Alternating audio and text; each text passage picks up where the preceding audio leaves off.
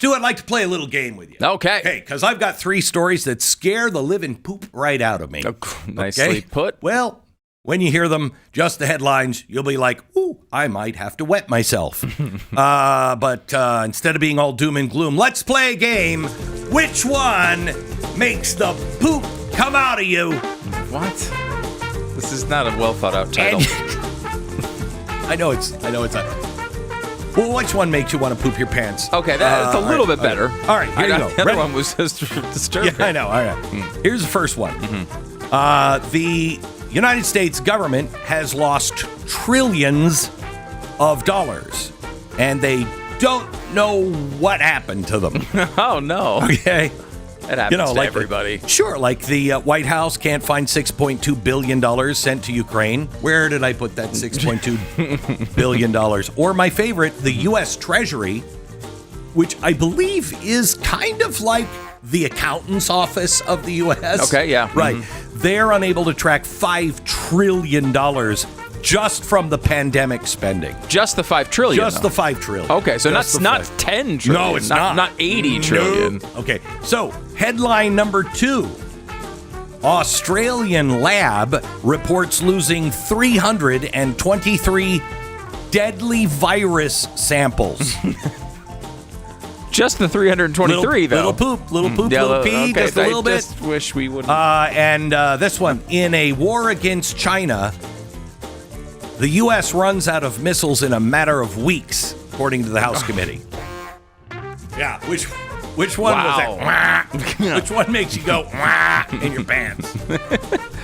I have to say, I think the third one is China. Yeah, I mean, although the disease one, 323. Remember, they're already talking about Pandemic X.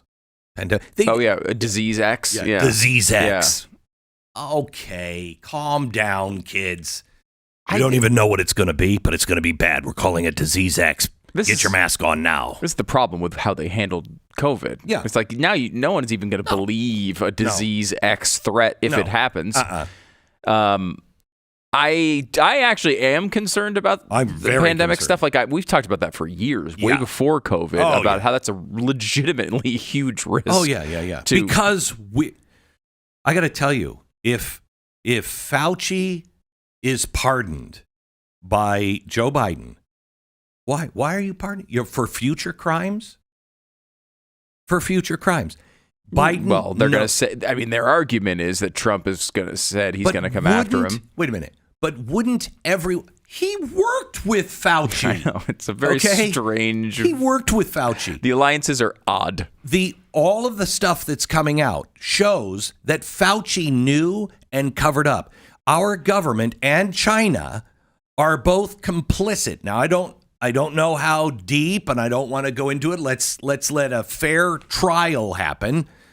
But they knew and they covered up, and millions died. I don't know. I don't think there should be a pardon for that one. I don't think there's any chance Donald Trump's going after Anthony Fauci if he's in office. Do you? I do. Is that you do? I do. I don't. think there are too many people in Congress and in the Senate that have had it. I mean, I agree with Rand that. Paul is. Well, Rand Paul hates Anthony Fauci for good reason. I'm not saying it's not for good reason, but. Rand Paul was let's say, very skeptical about the vaccine throughout the development.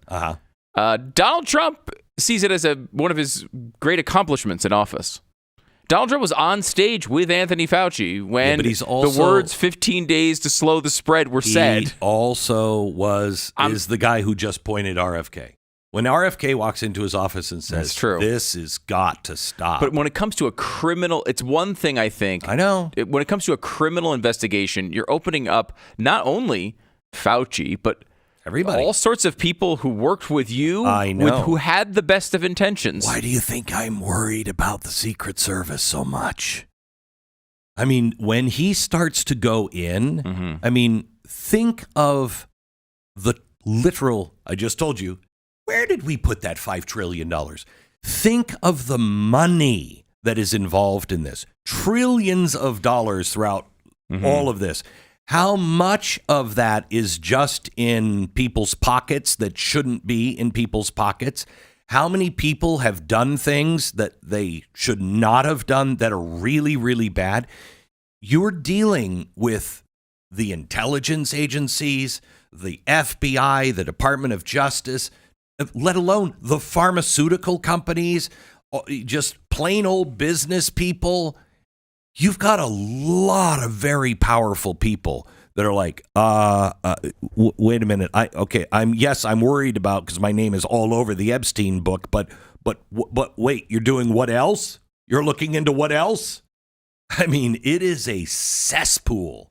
It's going to get dangerous. It's going to get very, very, very, very dangerous. It's going to be interesting. I do think they will go after some of these people they've been talking about. Yeah. I don't know what the line is there. Like going after Cheney, for example.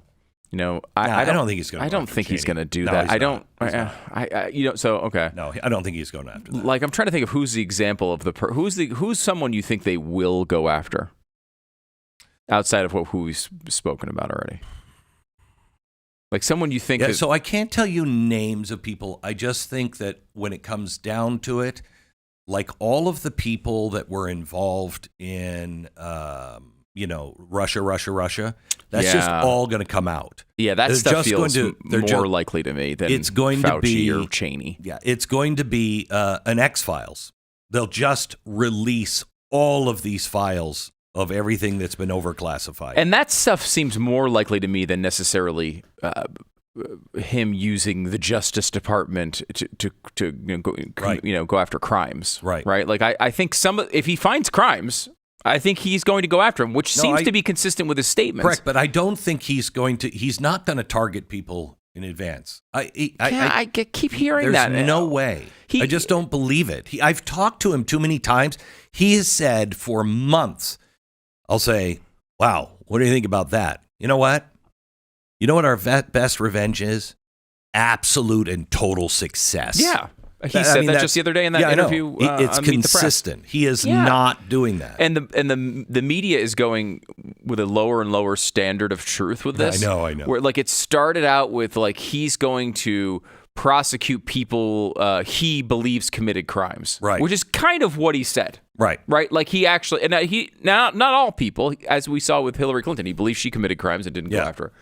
But then it became he's going after his enemies. Right. Then it became he's going after his political enemies. Then it became he's going to go after his political opponents. The latest one I heard was he's going after his critics. His critics? What? 48% of the country? He's now like it's so insane. Half the country. Like he's not going after just random critics. I believe he's going to instruct, and he says he's not even going to instruct. But I believe that too. I believe he'll have a layer of separation there. But he's hiring people he believes will go after criminals. People he thinks committed crimes. What? And then there's, by the way, a justice system. Yes. Right, Glenn? Yes. Did I miss? Did they get rid of that? No. Can the president just say, well, you need to go in jail and you need to go in jail? No. You'd have to go through a trial, and then there would be challenges and everything else against that. And those trials would be in Washington, D.C. Which probably wouldn't go all that well for whatever Republican wanted them to go well. Correct. So, all right. So let me just quickly go through these other, because I have something that I want to talk to you about that is so obvious, but so controversial.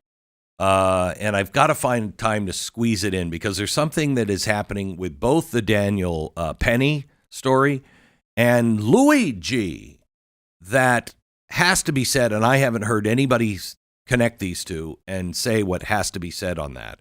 And so I'm going to try to squeeze that in maybe next hour, but we've got a jam-packed show today that you just don't want to miss. Let me go back over those other two stories. The Australian lab losing that I don't know how you even lose them. I mean, how? We talked about the money thing. That's something that I think that Doge is going to clean up and better. The last one, in a war against China, the U.S. runs out of missiles in a matter of weeks. I think personally that this is what Ukraine, this is one of the things the Ukraine is about. Depleting our missiles, depleting our ability to defend ourselves, depleting even they never refilled the strategic oil reserve. That all has to still be done. That's crazy. It's crazy. It's the lowest ever. Now we can't defend ourselves because we don't have, we don't have certain kinds of rockets and missiles and everything else. It's nuts. So I personally believe that is strategic to weaken us in the world. However, it's also the military-industrial complex saying, great, go ahead. You guys in BlackRock, you can rebuild Ukraine. You can take their farmland in exchange, which they've all done. And then we're going to have to restock at a much higher price everything that we have to have for, the U.S. military, because it's going to be clear we have to have these things. Okay, that's what I think is going on. But let me take a more optimistic view of that. Is it possible that there is someone who's saying everything's got to go? I've been telling you for a while, aircraft carriers are the horses of World War I. There were almost no horses left in Europe. Did you know that? Almost no horses left because they all went into battle, and there were tanks and there were machine guns and there were things that nobody had ever seen. And all of these horses died, left literally almost no horses in Europe after World War I. I think that's the aircraft carrier in the next global war. The next big war, those aircraft carriers are going to be swarmed by drones. Everything that we have is outdated. I'm wondering if part of this, in a positive way, is let's get rid of all of this stuff because we have to rebuild. Now, I'd prefer we didn't do that. I'd prefer that we were honest with the American people and we told the American people we have to completely retool, because if you're not transparent, then that leads to conspiracy theories and it also leads to very bad things. But there is a possibility that that's what we're doing, because the next war that is going to be fought is not going to be fought like anything we've ever seen before. It's going to involve artificial intelligence. It'll probably involve robotics, actual on-the-ground robots and drones in the sky. And it'll be terrifying. It will be as shocking and as terrifying as World War I was, because that was the time where we all of a sudden mechanized everything and nobody had ever seen that. This is going to be the one where it's mechanization with significant intelligence that will just overwhelm everything.